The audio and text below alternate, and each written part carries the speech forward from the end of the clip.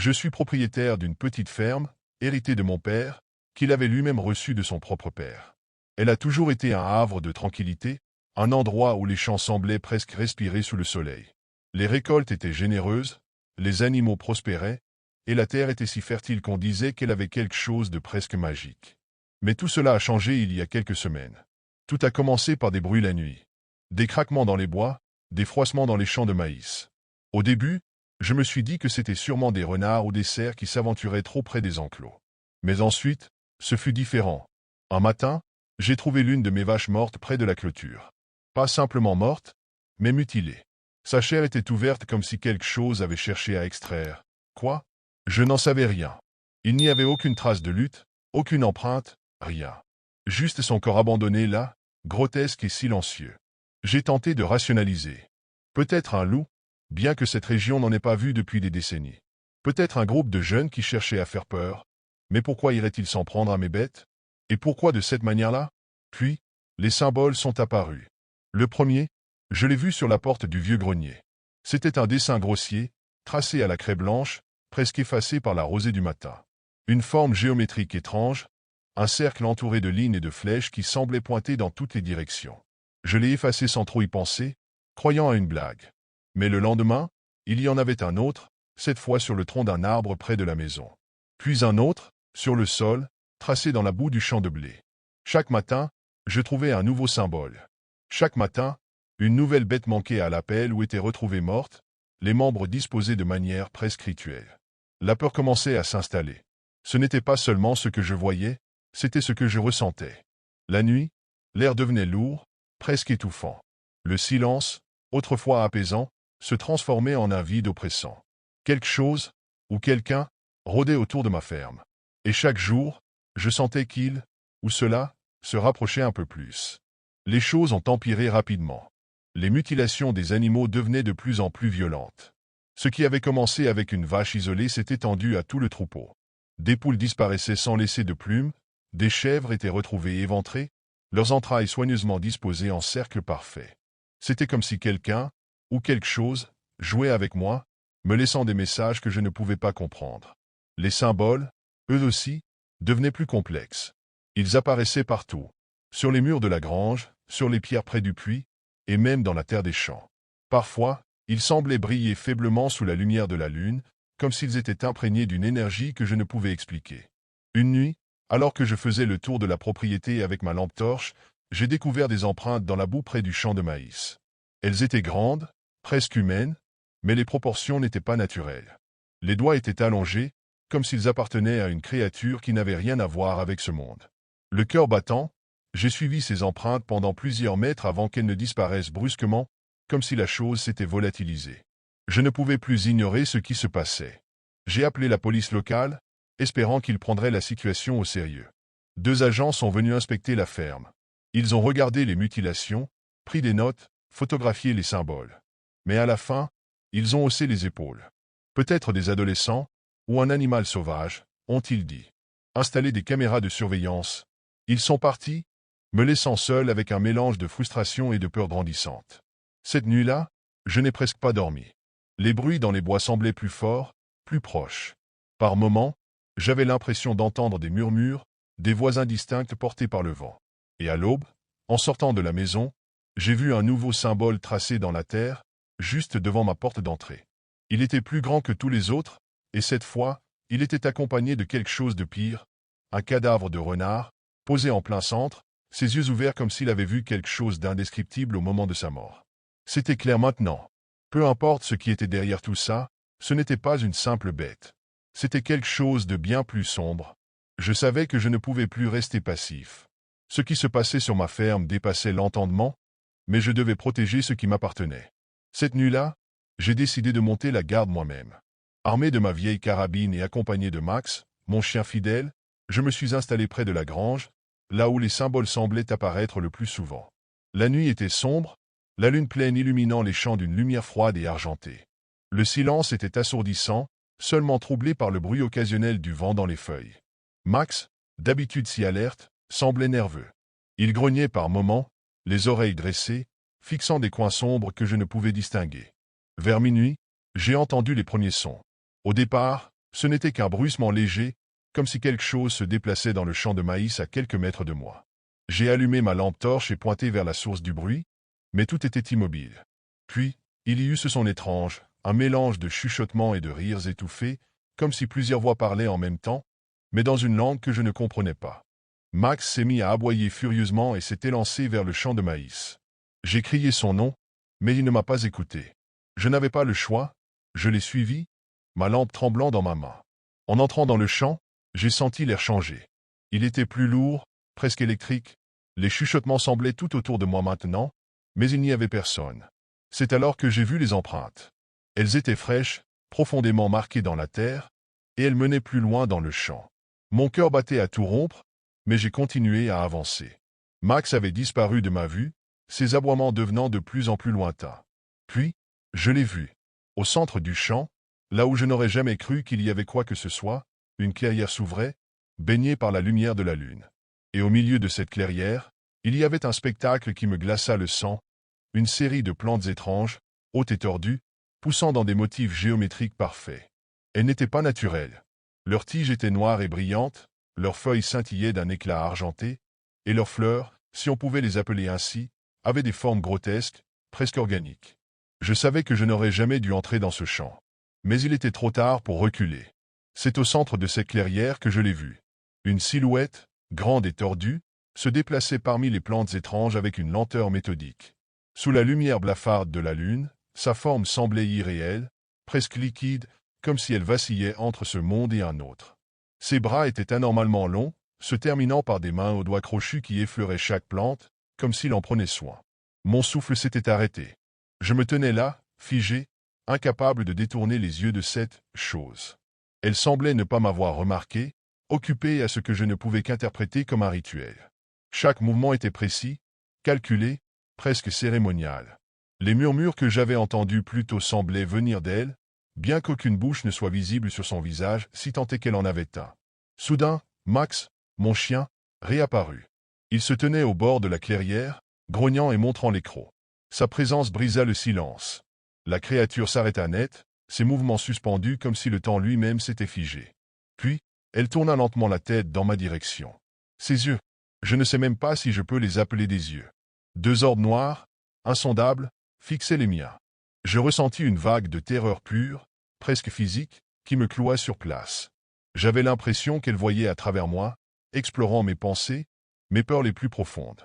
Max aboya furieusement et s'élança vers la créature, mais à peine avait-il fait un pas dans la clairière que quelque chose d'invisible le projeta violemment en arrière. Il tomba au sol, inconscient. J'étais paralysé, incapable de bouger ou de crier. La créature leva une main vers moi, et à cet instant, les plantes autour d'elle commencèrent à se tordre et à vibrer. Un bruit sourd, semblable à un battement de cœur, résonna dans l'air, et les symboles que j'avais vus sur ma ferme prirent forme sur le sol autour de moi, se dessinant d'eux-mêmes. Je compris alors que je n'aurais jamais dû m'aventurer ici, que cette chose n'était pas seulement une présence malveillante, mais une force ancienne, quelque chose qui n'avait rien à faire dans notre monde. Je tentais de reculer, mais mes jambes ne répondaient pas. Tout ce que je pouvais faire, c'était regarder, terrifié, alors que la créature avançait lentement vers moi, ses doigts griffus tendus comme pour m'envelopper dans une étreinte glaciale. Alors que la créature s'approchait, un instinct primal me poussa à agir. Je ne sais pas d'où j'ai trouvé la force, mais j'ai levé ma carabine et tiré. La détonation résonna dans la clairière, brisant le silence oppressant. Mais la balle, pourtant tirée à bout portant, n'eut aucun effet. La créature ne vacilla même pas. Elle s'arrêta un instant, inclinant légèrement la tête, comme si elle étudiait mon acte désespéré, puis continua à avancer, implacable. Je sentais la panique me submerger. Je savais que je n'avais aucune chance. Les battements sourds dans l'air s'intensifièrent, résonnant dans ma poitrine comme un tambour funeste. Le sol sous mes pieds semblait vibrer, et les symboles brillaient d'une lumière sinistre, pulsant au rythme de ce battement. C'est alors que j'ai entendu un autre son, une voix. Elle n'était ni humaine ni animale, mais quelque chose entre les deux, un murmure guttural qui semblait venir de partout à la fois. « Tu n'aurais pas dû regarder » répéta-t-elle, encore et encore. Chaque mot pénétrait mon esprit comme une aiguille, me laissant étourdi et nauséeux. Max, toujours immobile, émit un gémissement faible, ce qui me donna une seconde de lucidité. J'ai saisi son collier et l'ai tiré hors de la clairière avec toute la force qu'il me restait. Je ne regardais plus derrière moi, mais je sentais la présence de la chose, ses yeux noirs brûlant dans mon dos. Quand nous avons enfin atteint la maison, le silence était revenu.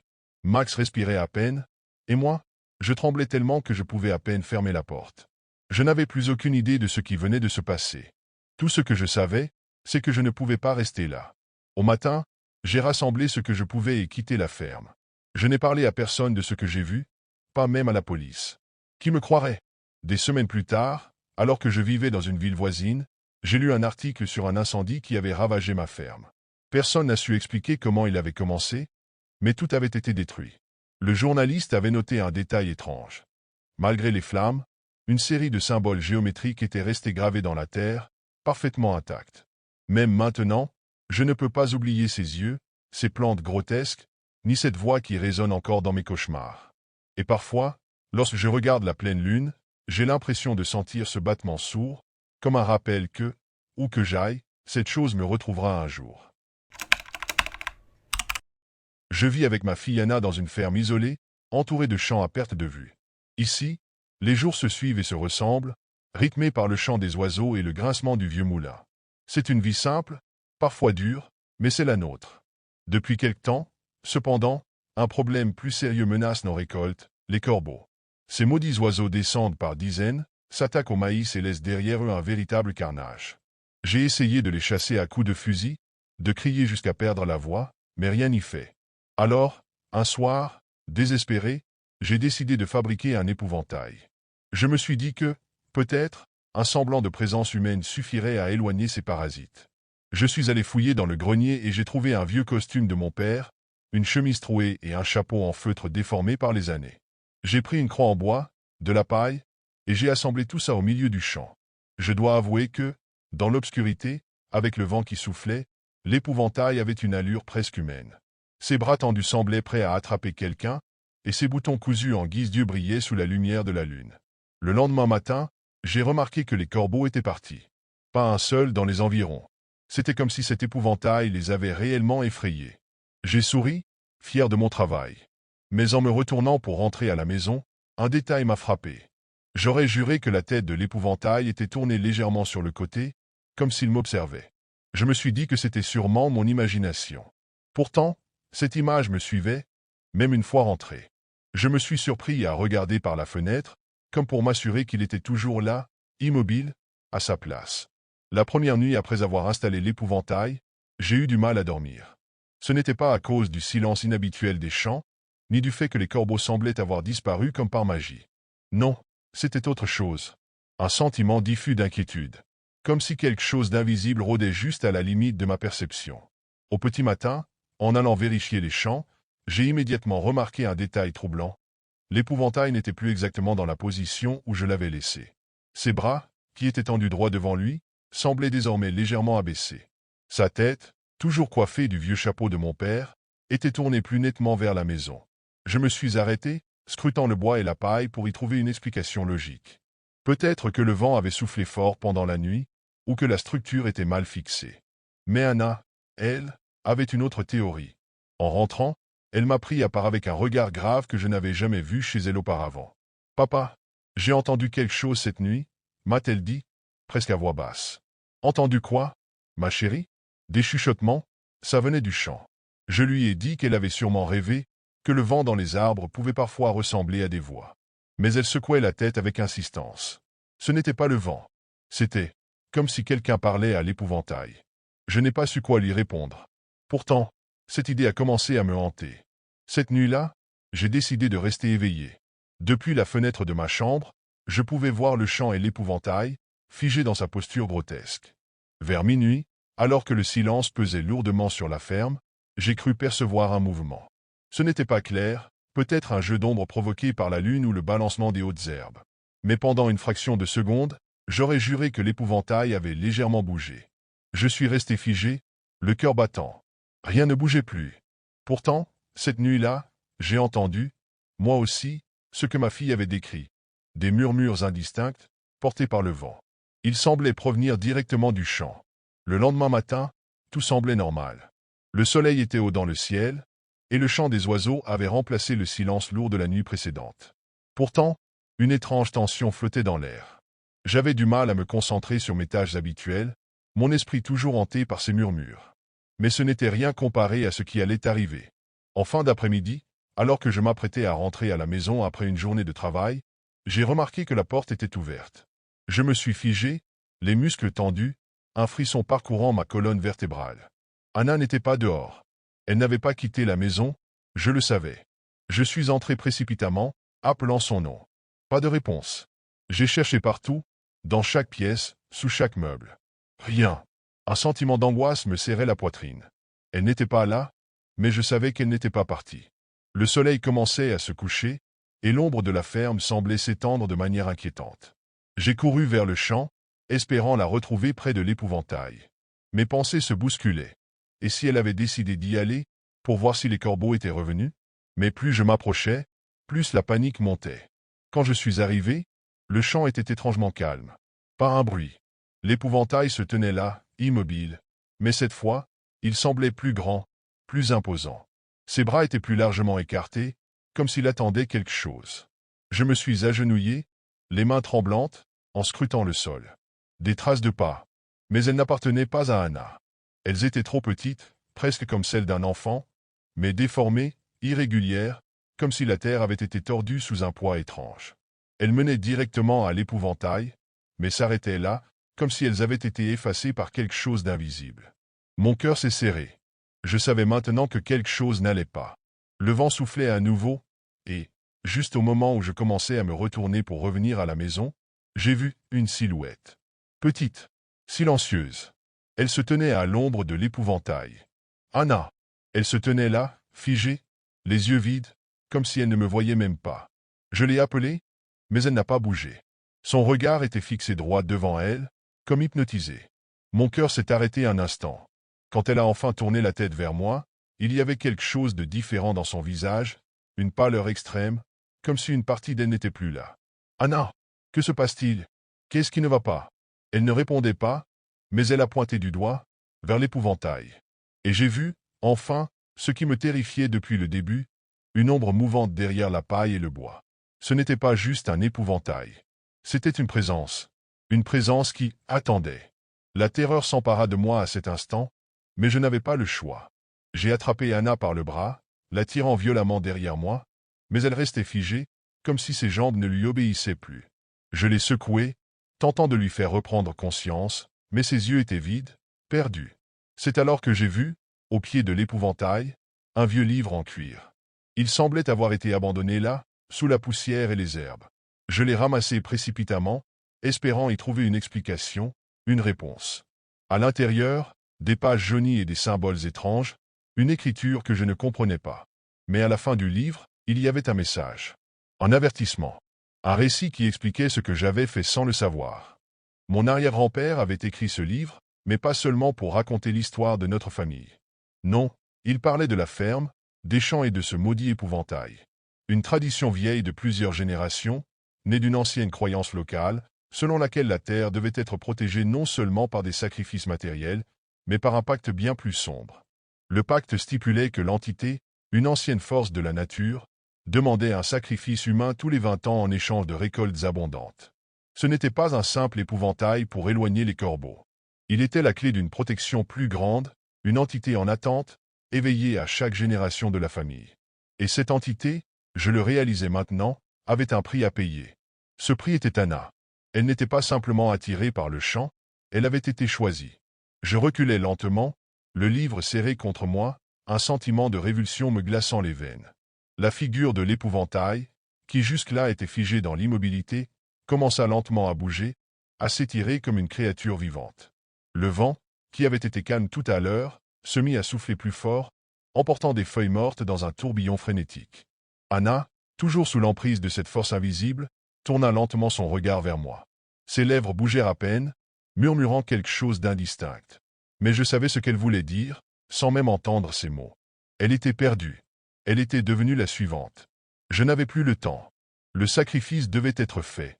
Mais alors que j'étais sur le point de me précipiter pour sauver ma fille, je sentis une main glacée se poser sur mon épaule. Je n'osais pas me retourner. Je me suis figé, le cœur battant à tout rompre, l'âme alourdie par l'horreur qui s'installait dans chaque fibre de mon corps. Une présence derrière moi, palpable, menaçante. J'ai lentement tourné la tête, m'attendant à voir une forme hideuse, une créature tordue.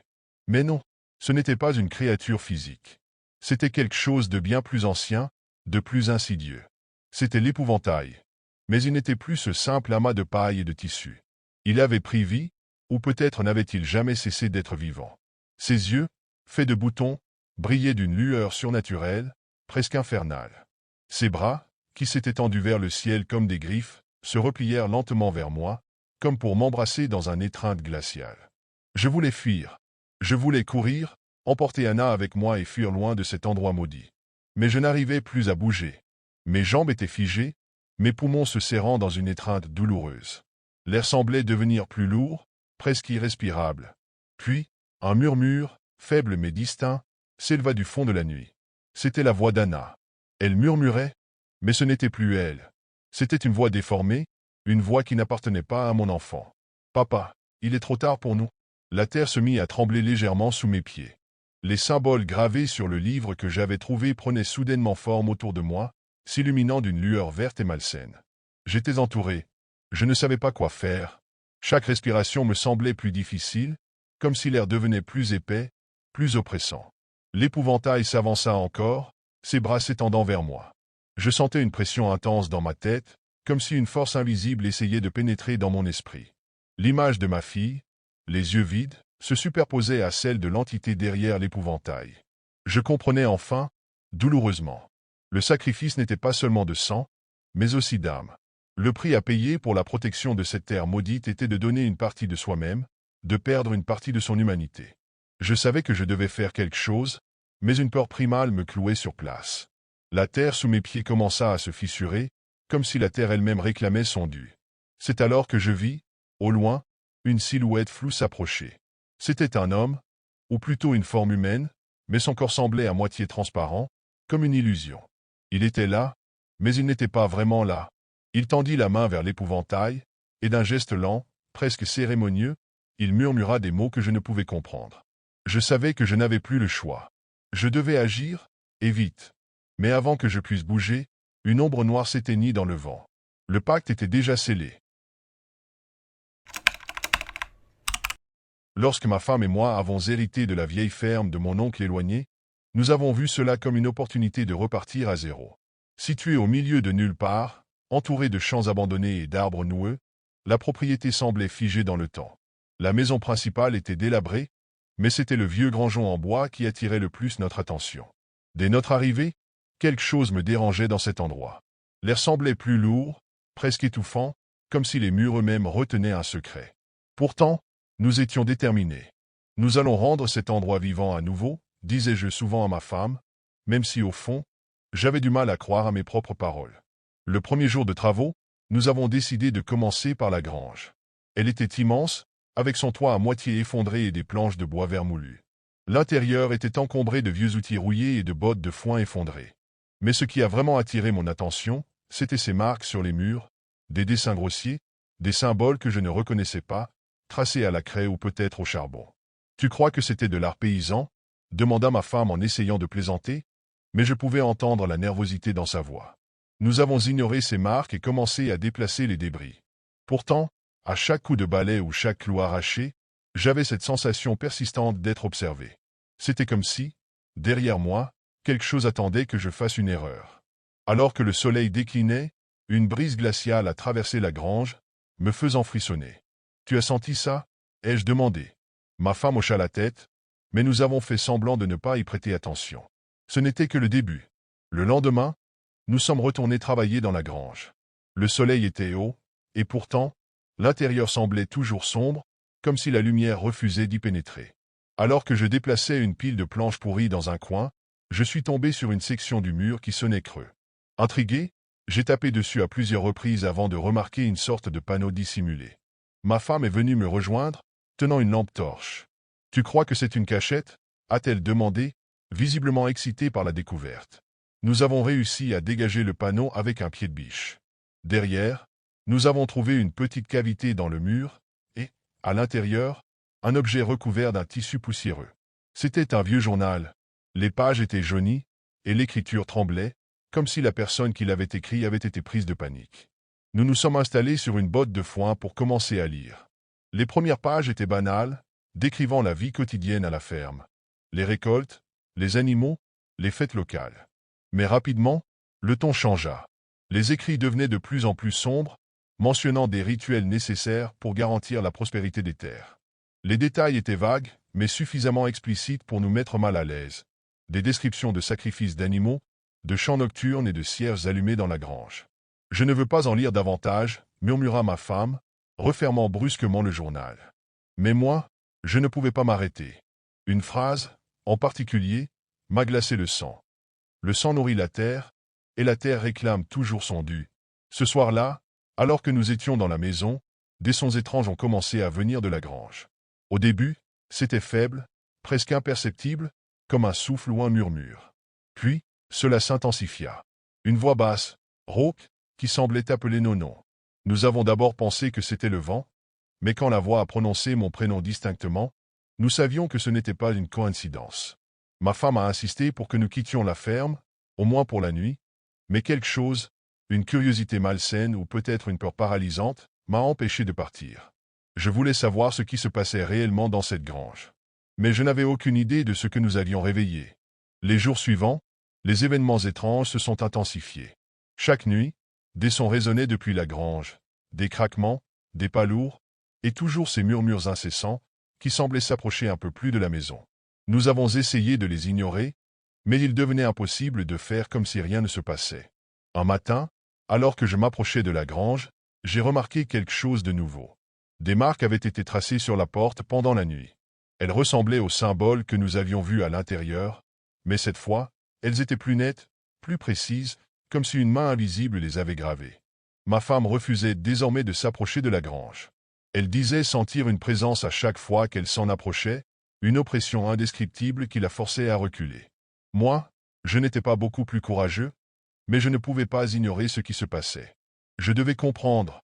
Nous avons décidé de demander l'aide d'un historien local, un vieil homme nommé M. Duval, qui connaissait l'histoire de la région. Lorsque je lui ai montré le journal, son visage s'est fermé. Il a reconnu immédiatement les symboles et a confirmé nos pires craintes. La famille qui possédait autrefois la ferme était impliquée dans des rituels occultes. M. Duval nous a raconté que cette famille avait disparu mystérieusement il y a plusieurs décennies. Des rumeurs circulaient à l'époque. Certains disaient qu'ils avaient été chassés par les villageois, d'autres qu'ils s'étaient enfermés dans la grange pour ne jamais en sortir.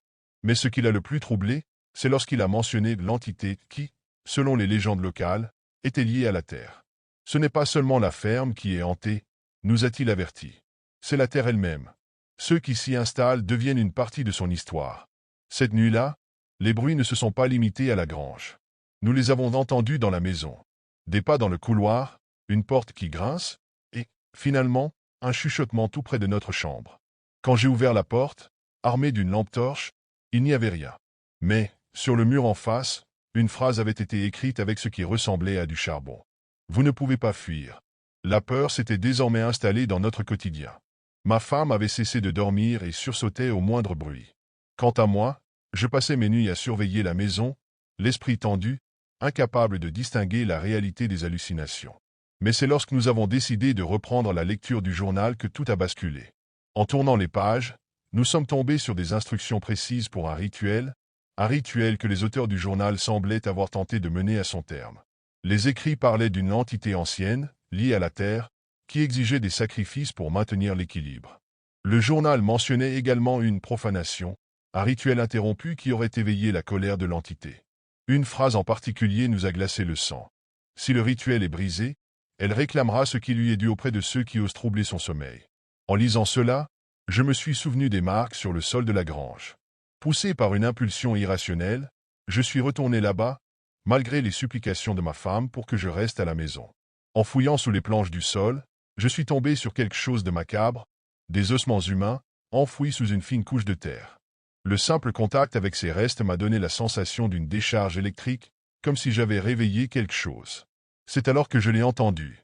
Un grondement sourd, profond, qui semblait venir du fond de la grange.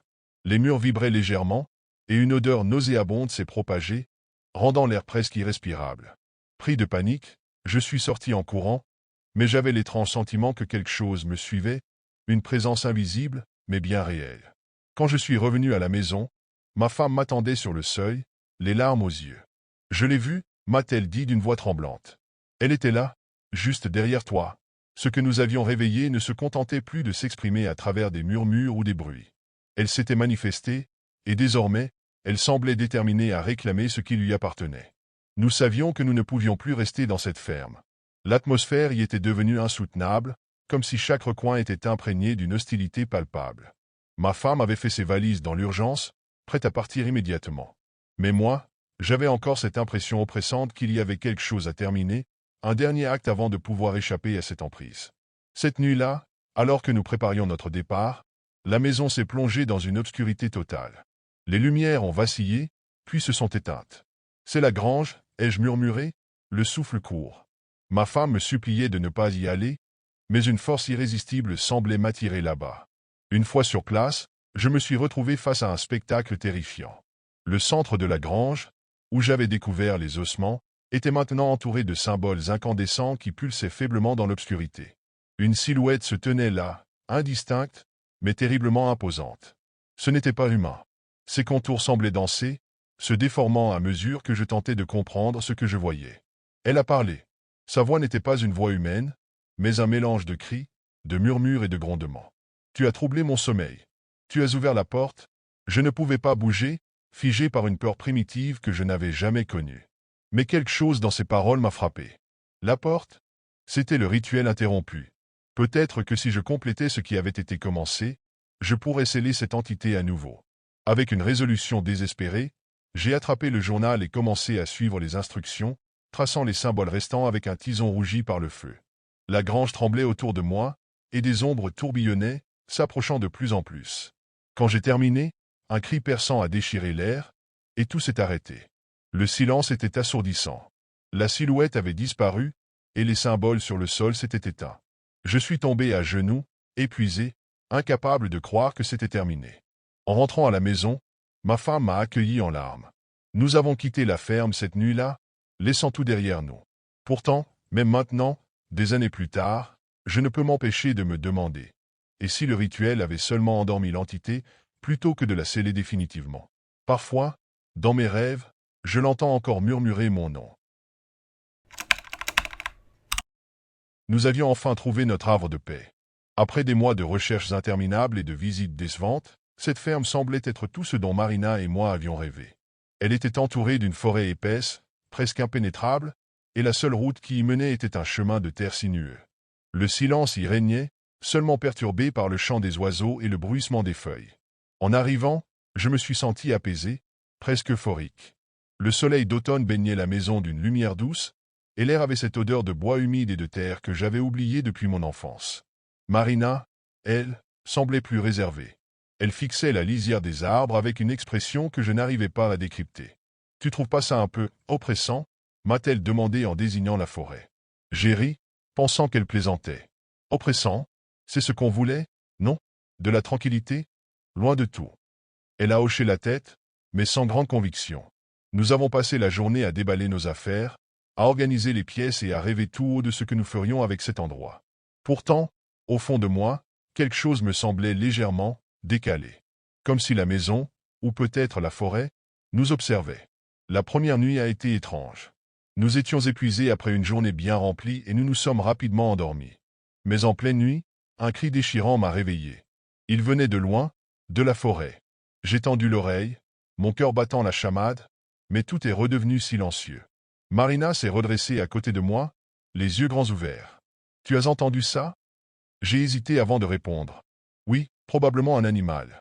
Un renard, peut-être. » Elle a secoué la tête. « Ce n'était pas un animal, Lucas. On aurait dit quelqu'un. » Je l'ai rassuré comme j'ai pu, en lui rappelant que nous étions au milieu de la nature, où les sons prennent souvent des allures plus dramatiques. Mais au fond, moi aussi, je doutais. Ce cri avait une tonalité humaine, un mélange de peur et de souffrance qui me glaçait encore le sang.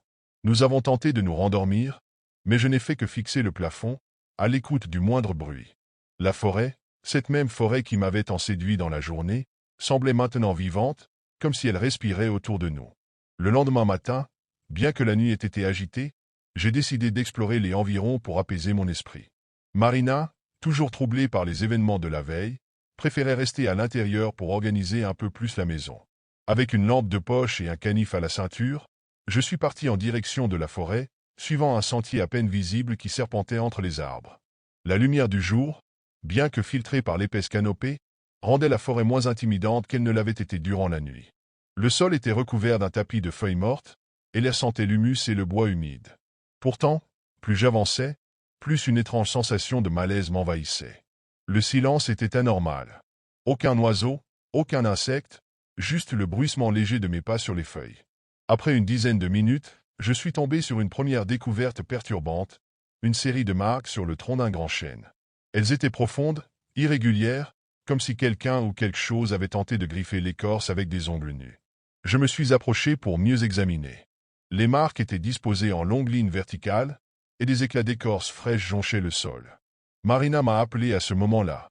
Je l'entendais au loin, sa voix résonnant faiblement entre les arbres. « Lucas, tu es là ?» Je me suis retourné pour répondre, mais quelque chose a attiré mon regard au sol, juste au pied de l'arbre. Une vieille boîte rouillée, à moitié enfouie sous les feuilles. Je l'ai ramassée avec précaution et l'ai ouverte. À l'intérieur, il y avait une petite photographie en noir et blanc, montrant une femme au visage flou et un médaillon brisé. Alors que j'observais la boîte, cette sensation oppressante de la veille est revenue, encore plus forte. J'ai levé les yeux et j'ai eu l'impression que les arbres eux-mêmes me fixaient. Les branches semblaient se pencher légèrement, comme si elles cherchaient à m'envelopper. Marina est apparue derrière moi, haletante. « Pourquoi tu ne répondais pas ?» Je lui ai montré la boîte et les marques sur l'arbre. Son visage a blêmi. « On devrait rentrer, Lucas. Je n'aime pas ça. » Je n'ai pas insisté. Nous sommes retournés à la maison en silence, mais la forêt ne nous quittait pas des yeux. La nuit suivante, nous avons essayé de reprendre une routine normale, mais l'atmosphère dans la maison était devenue lourde, presque suffocante. Marina avait verrouillé toutes les portes et fenêtres, et nous avions convenu de ne pas mentionner la forêt pour éviter d'alimenter nos peurs. Pourtant, une tension invisible régnait entre nous. Vers 2 heures du matin, un bruit sourd m'a réveillé en sursaut. C'était comme si quelque chose frappait doucement mais régulièrement contre la fenêtre du salon. J'ai hésité un moment avant de me lever, mon cœur battant à tout rompre. Marina dormait à mes côtés, ou du moins faisait semblant. Je pouvais sentir sa respiration rapide, presque syncopée. En descendant l'escalier, j'ai senti une étrange odeur, quelque chose entre la terre humide et le métal. J'ai pris une lampe de poche et me suis approché de la fenêtre. Rien. Juste l'obscurité totale dehors, si dense que même la lumière de ma lampe semblait s'y perdre. Alors que je retournais vers l'escalier, un autre bruit a retenti, cette fois au niveau de la porte d'entrée. Un grattement long et aigu, comme des ongles glissant sur le bois. Mon sang s'est glacé. J'ai attrapé un tisonnier près de la cheminée et me suis dirigé lentement vers la porte. « Qui est là ?» ai-je demandé, ma voix à peine plus qu'un murmure. Aucune réponse, mais le grattement a cessé brusquement. J'ai pris une profonde inspiration et ouvert la porte d'un coup sec, prêt à faire face à n'importe quoi. Mais il n'y avait personne. Seulement le froid glacial de la nuit, juste devant le seuil, des marques identiques à celles des arbres, gravées dans le bois de la porte. Je me suis figé, incapable de bouger. C'est à ce moment-là que Marina a crié depuis l'étage. Je me suis précipité vers elle, trouvant ma femme debout au milieu de notre chambre, les yeux rivés sur le mur. « Lucas, regarde !» Sur le mur, des marques similaires avaient été gravées dans le plâtre, mais cette fois, elles formaient des symboles que je ne reconnaissais pas. Ils semblaient avoir été faits de l'intérieur. Marina s'est effondrée en larmes, et je l'ai prise dans mes bras. « Ça suffit, Lucas. Cette maison, cette forêt, elles ne veulent pas qu'on reste ici. » Je voulais la rassurer, lui dire qu'on partirait dès le matin, mais au fond de moi, je savais que ce n'était pas si simple. J'avais la désagréable impression que nous étions déjà piégés. Le lendemain, après une nuit blanche, nous avons décidé d'aller explorer à nouveau la forêt, dans l'espoir de trouver une explication rationnelle à ce qui se passait. J'étais déterminé à prouver à Marina que nous étions simplement victimes de notre imagination. Mais, plus nous avancions, plus cette conviction s'éloignait, remplacée par un malaise grandissant. Cette fois, nous avons pris un autre sentier, un peu plus à l'ouest de la maison. Les arbres semblaient encore plus imposants, presque menaçants, et le silence était encore plus oppressant que la veille. Le vent était tombé, et il n'y avait aucun bruit de la faune environnante. Tout était figé, comme si la forêt elle-même retenait son souffle. Après 1 heure de marche, nous avons trouvé un petit cabanon en bois, apparemment abandonné. Il était à moitié enfoui sous les racines d'un énorme chêne, comme si la forêt cherchait à l'engloutir. La porte en bois, rongé par les années, était à peine suspendu sur ses gonds. Je suis entré en premier, armé de ma lampe de poche. L'intérieur était poussiéreux, l'air épais et lourd de moisissure. Mais ce qui m'a frappé, c'était l'odeur étrange, comme de la chair pourrie, qui flottait dans l'air. Des meubles délabrés étaient éparpillés un peu partout, mais c'est un vieux coffre, dans un coin sombre, qui attira mon attention. En l'ouvrant, je suis tombé sur plusieurs objets personnels, une vieille montre, un portefeuille décoloré et des papiers jaunis. Je les ai pris, curieux, et j'ai commencé à les examiner. Mais alors, Marina s'est mise à crier derrière moi. Je me suis précipité vers elle. Elle était debout, figée, les yeux fixés sur le mur. Des marques étaient gravées dans le bois, mais cette fois-ci, elles formaient des mots, des lettres, qui semblaient être écrites avec une précision malsaine. En les lisant, un frisson glacé m'a parcouru l'échine. Nous vous surveillons. Marina s'est mise à trembler, et j'ai senti un nœud se former dans mon ventre. Lucas, ce n'est pas normal. Elle avait raison. Tout ce que nous avions vécu jusque-là, les bruits, les marques, les sensations de surveillance, tout s'intensifiait. À cet instant précis, je savais que ce n'était pas seulement une question de folie ou d'imagination. Quelque chose dans cette forêt ne voulait pas que nous partions. Quelque chose qui était là avant nous, quelque chose de profondément ancien et malveillant, nous observait et nous attendait. À cet instant, les bruits de la forêt ont cessé, comme si tout autour de nous se taisait dans une attente glaciale. Mais nous savions tous les deux que fuir ne serait pas une option. Nous étions déjà trop profondément impliqués. La tension était insupportable. Nous avons quitté précipitamment le cabanon, mais la forêt semblait se refermer sur nous, comme si les arbres se rapprochaient à chaque pas. Les bruits qui nous entouraient étaient devenus plus distincts, plus inquiétants, des bruits de branches craquées, des chuchotements presque imperceptibles, comme si quelque chose, ou quelqu'un, se déplaçait dans l'ombre, juste à la lisière de notre vision. Nous avons marché sans direction, uniquement guidés par notre instinct, espérant retrouver la maison. Mais plus nous avancions, plus la forêt semblait nous mener ailleurs, comme si elle nous piégeait. Les sentiers se perdaient dans des épaisseurs de végétation impénétrables, et les arbres semblaient changer de forme, se courbant dans des angles impossibles, comme des créatures tordues. Puis, à un moment, nous avons aperçu quelque chose au loin, une silhouette, floue, qui se déplaçait lentement entre les arbres. J'ai hâtivement pris Marina par le bras. « Ne bouge pas !» La silhouette s'est arrêtée. Elle restait immobile, mais je pouvais sentir une présence, une force qui émanait d'elle, un froid glacial qui me saisissait les os. Je voulais crier, mais mes lèvres étaient figées. Soudainement, la silhouette s'est dirigée vers nous, puis s'est éclipsée dans un instant de noirceur totale. Nous n'avions pas le temps de réagir. Marina m'a tiré en arrière, son visage blême, les yeux terrifiés. « Lucas, il faut partir, maintenant. » Elle était hystérique, mais j'étais moi aussi pris au piège d'une terreur inexplicable. Je savais que nous étions observés, que chaque mouvement était scruté par des yeux invisibles. Nous avons couru. Nos pas se sont précipités dans une course effrénée, mais chaque détour, chaque arbre semblait nous éloigner de la maison. Les bruits de la forêt se sont intensifiés, maintenant suivis de voix murmurantes, des voix qui semblaient prononcer nos noms. Des bruits de pas, lourdement pesants, se rapprochaient. Finalement, nous avons vu les lumières de la maison au loin, mais alors que nous commencions à courir vers elle, une ombre gigantesque est apparue devant nous. Un être immense, presque humain, mais déformé, dont les yeux brillaient d'une lueur surnaturelle, nous bloquait le chemin. Nous avons stoppé net. Nous étions à sa merci. Un cri perça la nuit.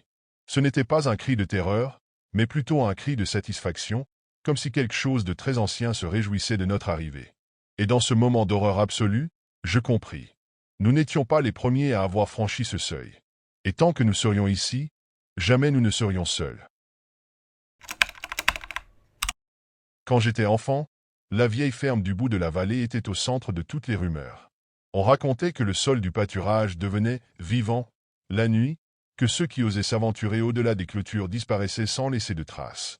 C'était une histoire qu'on se murmurait entre enfants pour se faire peur, une légende locale qui semblait irréelle, mais qui éveillait en moi une curiosité malsaine.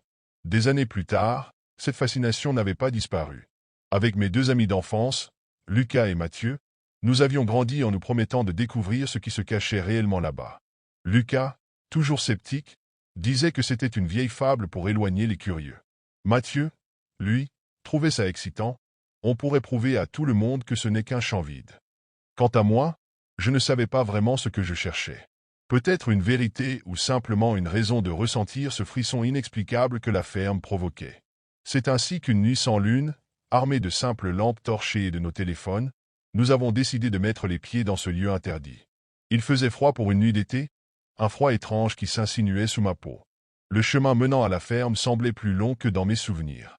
Tout était silencieux, à l'exception du bruit de nos pas sur le gravier et du froissement du vent dans les hautes herbes. En arrivant devant les clôtures rouillées, je me suis arrêté un instant. Le bois des poteaux était noirci par le temps, et les barbelés pendaient comme des griffes prêtes à attraper quiconque s'approcherait trop près. Lucas a ri en voyant mon hésitation. « Tu crois vraiment que ce champ va nous avaler ?»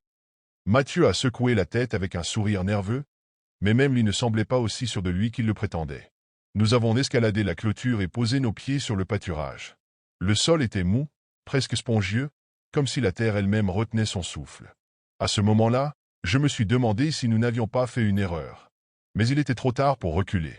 Une fois sur le pâturage, j'ai immédiatement ressenti une étrange tension dans l'air. Il y avait quelque chose d'indéfinissable, comme si ce lieu rejetait notre présence. Le vent s'était arrêté, laissant un silence pesant, à peine interrompu par le bruit de nos pas. Chaque mouvement que nous faisions semblait amplifié, comme si la terre elle-même écoutait. Nous avons commencé à avancer, nos lampes torchées balayant le paysage devant nous. À la lumière vacillante, je pouvais distinguer l'herbe, haute et dense, qui semblait bouger légèrement, bien qu'il n'y ait pas de vent. Elle se pliait et se redressait, comme une respiration lente et profonde. J'ai voulu me convaincre que ce n'était qu'un effet de mon imagination, mais la sensation persistait. Le sol n'était pas normal. « Tu as vu ça ?» a chuchoté Lucas, brisant le silence. Il pointait du doigt une ombre qui s'était déplacée rapidement, à la lisière du champ. Nous nous sommes tous arrêtés, fixant l'obscurité. Rien. Juste l'obscurité compacte et oppressante. Probablement un animal, a murmuré Mathieu, mais sa voix tremblait légèrement. Plus nous progressions, plus l'atmosphère devenait étrange. L'odeur de la terre était devenue plus forte, plus âcre, presque métallique, et mes poumons semblaient lourds à chaque respiration. De temps à autre, un craquement retentissait à proximité, comme si quelqu'un marchait juste derrière nous, mais chaque fois que nous nous retournions, il n'y avait rien. Puis, il y a eu les murmures. Au début, je pensais que c'était le vent qui revenait, mais ces sons étaient trop distincts, trop humains. Des chuchotements inaudibles, comme des voix venues de loin, mais qui semblaient s'approcher. « Vous entendez ça ?» a demandé Mathieu, le souffle court. Lucas ne répondait pas, mais son visage blême disait tout. À un moment donné, nos lampes torchées ont faibli, tout en même temps, leur lumière devenant vacillante, comme si quelque chose absorbait leur énergie. C'est à cet instant que j'ai senti une nouvelle odeur, quelque chose de pourri, de vieux, qui semblait provenir du cœur du champ. Nous savions que nous approchions de quelque chose. De quoi? Je n'étais pas sûr de vouloir le découvrir. Après ce qui nous a semblé une éternité à avancer dans ce champ oppressant, nous sommes tombés sur quelque chose d'inattendu, une clairière. Au centre, une immense silhouette se découpait dans l'obscurité. C'était un arbre, mais pas comme les autres. Son tronc était torsadé, ses racines épaisses émergeaient du sol comme des tentacules, et son feuillage formait une masse noire qui semblait avaler la lumière de nos torchers. Nous nous sommes rapprochés, fascinés et terrifiés à la fois. Plus nous avancions, plus l'odeur putride s'intensifiait, me donnant des hauts le cœur. Lucas, toujours le plus courageux, ou peut-être le plus imprudent, s'est approché du tronc. « Regardez ça !» a-t-il murmuré en pointant une racine massive.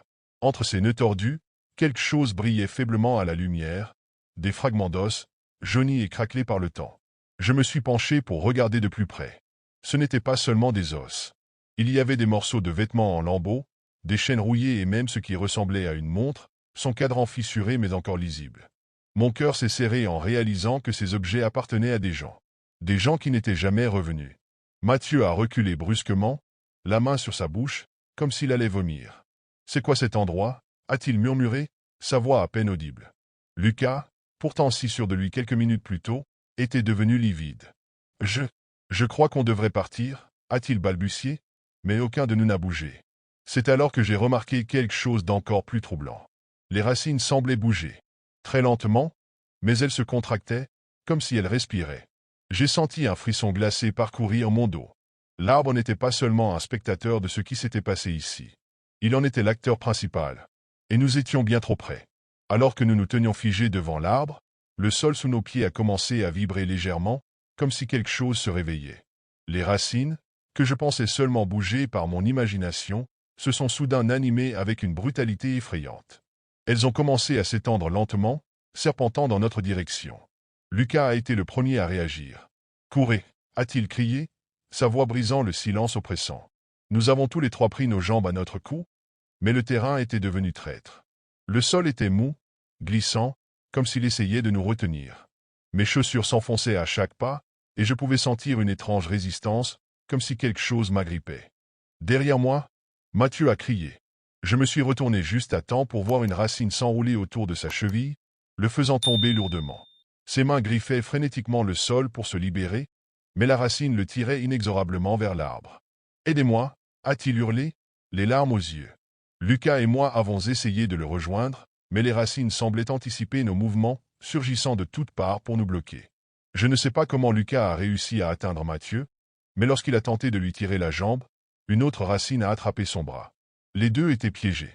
Moi, je restais paralysé, incapable de bouger ou de réfléchir, les cris de mes amis résonnant dans mes oreilles comme une cloche assourdissante.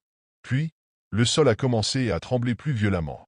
Une sorte de grondement survenait des profondeurs, et les racines se sont mises à tirer Lucas et Mathieu vers le tronc, leur corps disparaissant peu à peu dans l'obscurité grouillante.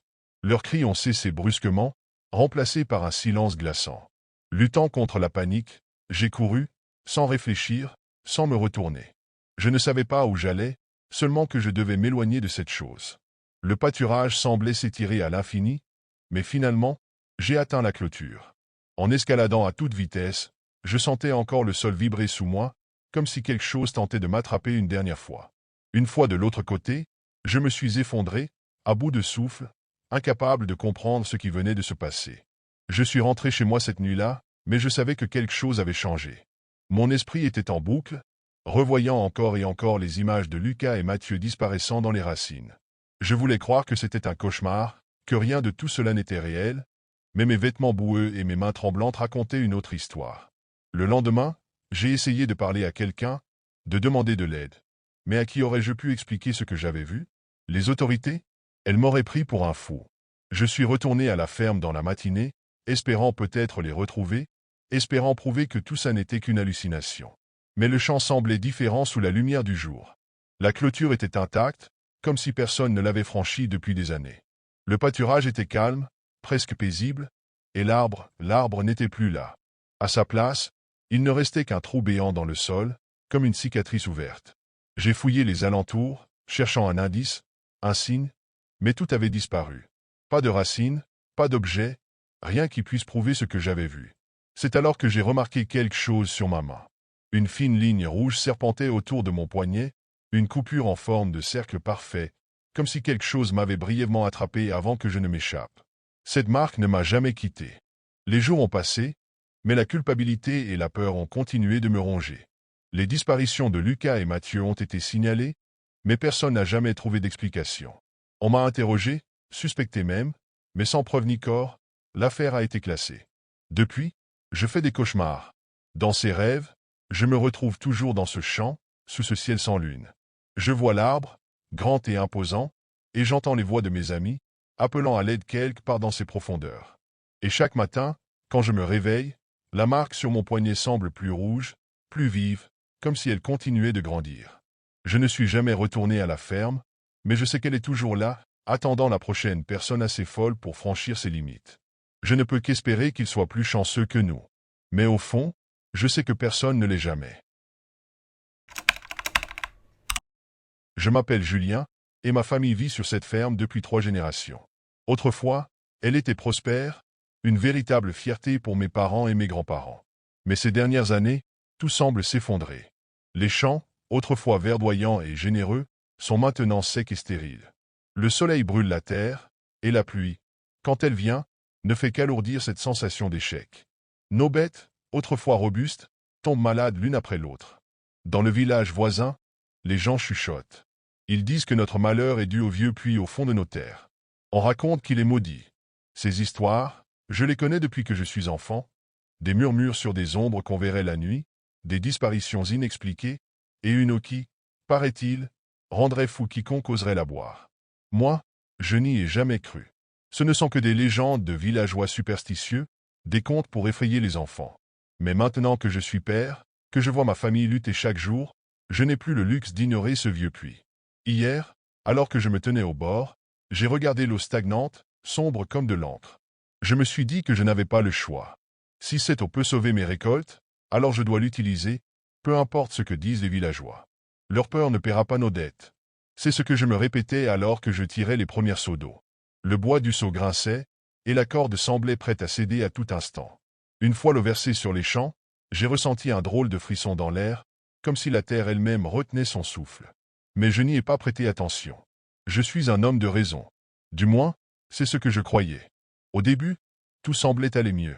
Les champs, si secs et désolés, commencèrent à retrouver un semblant de vie.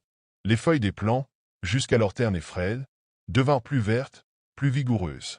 Même les animaux semblaient en meilleure forme, comme si un souffle nouveau parcourait la ferme. Pendant un court instant, j'ai cru avoir pris la bonne décision. Mais quelque chose d'étrange se produisit rapidement. Mes enfants, Élise et Martin, commencèrent à agir différemment. Au début, ce n'était que de petites choses, des silences prolongés, des regards perdus dans le vide. Élise, ma petite de 7 ans, semblait fascinée par les murs de la maison.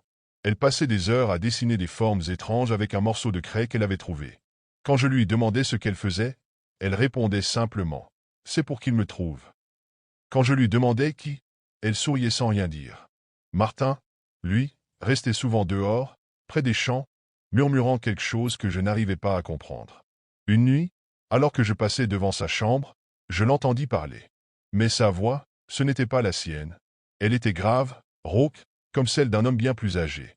En tendant l'oreille, je compris qu'il ne parlait pas français. Je ne reconnaissais pas la langue. Cela aurait dû me faire peur, mais à ce moment-là, je m'accrochais à l'idée que tout ça n'était que des jeux d'enfants.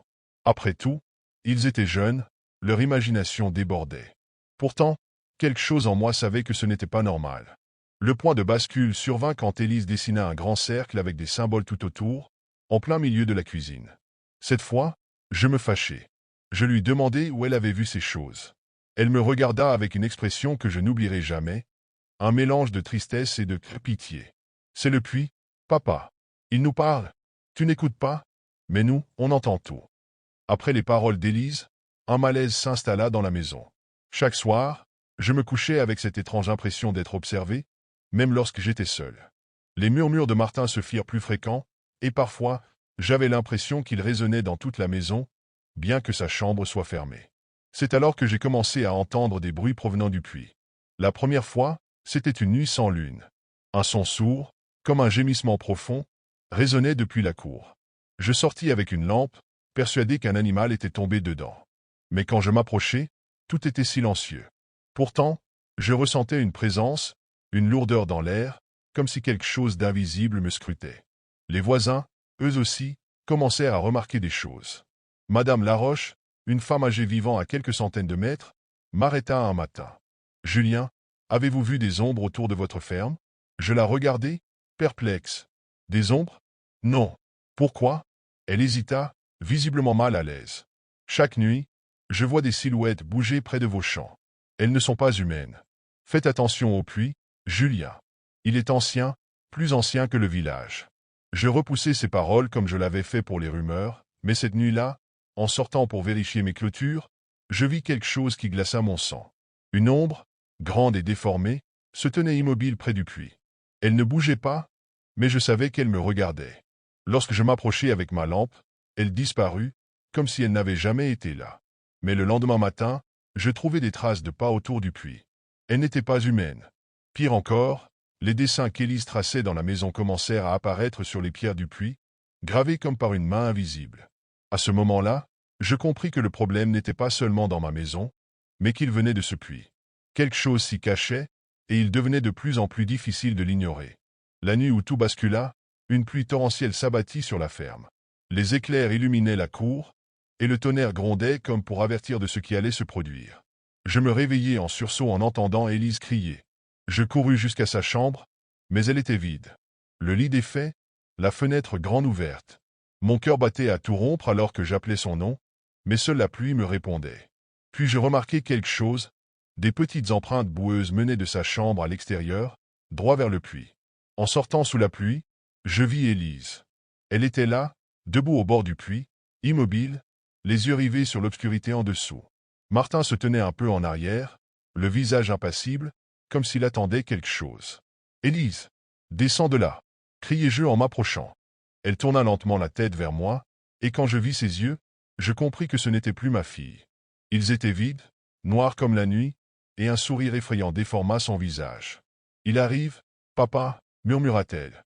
Il vient réclamer ce qui lui appartient. » Un grondement surmonta du puits, plus fort que le tonnerre. Je sentis le sol vibrer sous mes pieds, et une odeur nauséabonde envahit l'air, comme celle de la terre mouillée mélangée à quelque chose de pourri. Paniqué, je me précipitai pour attraper Élise, mais une force invisible me projeta en arrière. En me relevant, je vis une forme émerger du puits. Ce n'était pas humain. Une masse informe, sombre et liquide, s'élevait lentement, prenant des contours presque reconnaissables. Des bras? Des visages? Je ne pouvais pas le dire. Tout ce que je savais, c'est que cette chose n'aurait jamais dû exister. Je criai à Martin de courir, mais il resta là, hypnotisé, comme si cette abomination l'appelait. Désespéré, je me jetai sur lui et le pris dans mes bras pour l'éloigner du puits. Au même moment, Élise bascula en arrière, tombant dans l'obscurité. Je tendis la main pour la rattraper, mais elle disparut, avalée par le vide. Le grondement s'arrêta soudain, et tout redevint silencieux, comme si la tempête elle-même avait été aspirée par le puits. Mais je savais que ce n'était pas fini. Ce qui était monté du puits n'y était pas retourné. Les jours qui suivirent furent un véritable cauchemar. Élise avait disparu, et malgré mes appels à l'aide, personne au village ne voulait s'approcher de la ferme. Les autorités refusèrent de croire à mon histoire, concluant à une fugue ou un accident. Mais je savais ce que j'avais vu. Je savais que quelque chose, une force ancienne et malveillante, avait pris ma fille. Martin, lui, n'était plus le même. Il ne parlait presque plus, et lorsqu'il le faisait, c'était dans cette langue étrange que je ne comprenais pas. Ses yeux étaient constamment cernés, comme s'il ne dormait plus, et il traînait dans la maison comme une ombre.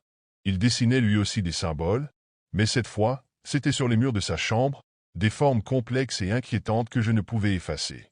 Une nuit, je me réveillai en entendant des bruits de pas lourds dans la maison. En sortant de ma chambre, je trouvai Martin debout devant la porte d'entrée, fixant la cour. « Il revient » murmura-t-il. Je regardai par la fenêtre, et mon sang se glaça. Près du puits, je vis cette ombre, la même que j'avais aperçue auparavant. Elle se tenait là, immobile, mais cette fois, elle n'était pas seule. Une silhouette plus petite se tenait à côté d'elle. C'était Élise. Je sortis en courant, criant son nom, mais dès que je mis un pied dehors, l'ombre se tourna vers moi. Une voix retentit dans ma tête, froide et profonde, comme si elle venait du fond de la terre. Elle est à moi maintenant. Tout ce qui est sur cette terre m'appartient. Je tombai à genoux, incapable de bouger. Quand je relevai les yeux, les silhouettes avaient disparu. Le puits, lui, semblait plus sombre que jamais, comme s'il absorbait toute la lumière autour de lui. Le lendemain, j'embarquai Martin dans la voiture et quittai la ferme. Je laissai tout derrière moi, la maison, les champs, le puits maudit. Mais même à des kilomètres de là, je sens toujours sa présence. Parfois, la nuit, j'entends la voix de ma fille dans mes rêves, m'appelant depuis cet endroit maudit. Je sais qu'un jour, il viendra réclamer le reste de ce qui lui appartient. Et ce jour-là, je ne pourrai pas m'enfuir.